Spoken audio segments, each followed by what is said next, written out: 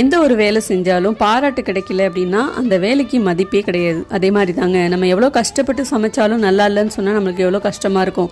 குறையே சொல்லாத ஒரு சாம்பார் எப்படி வைக்கிறதுன்னு பார்க்கலாமா? கடாயில் எண்ணெய் ஊற்றிட்டு வெங்காயம், தக்காளி, பச்சை மிளகாய் சேர்த்து வதக்கிக்கோங்க. காய்கறிகளையும் சேர்த்துட்டு நான் இன்றைக்கி குக்குடு சாம்பார் கிட் யூஸ் பண்ணி தான் சாம்பார் வைக்க போகிறேன். இதில் வேக வச்ச பருப்பு, சாம்பார் மசாலா ரெண்டுமே வந்துடும். சாம்பார் மசாலா சேர்த்துக்கோங்க. தேவையான அளவுக்கு தண்ணி ஊற்றிக்கோங்க. காய்கறிகள் வேகட்டும். இவங்க கிட்ட லஞ்ச் சாம்பார் மட்டும் இல்லை, டிஃபன் சாம்பார், பாய் வீட்டு பிரியாணி, திண்டுக்கல் பிரியாணி, 65 மசாலான்னு ஏகப்பட்ட மசாலாஸ் வந்து ஆன்லைன்லேயும் அவைலபிளாக இருக்குது. ஸ்விக்கி, இன்ஸ்டாமார்ட்லேயும் ஈஸியாகவே கிடைக்கும்.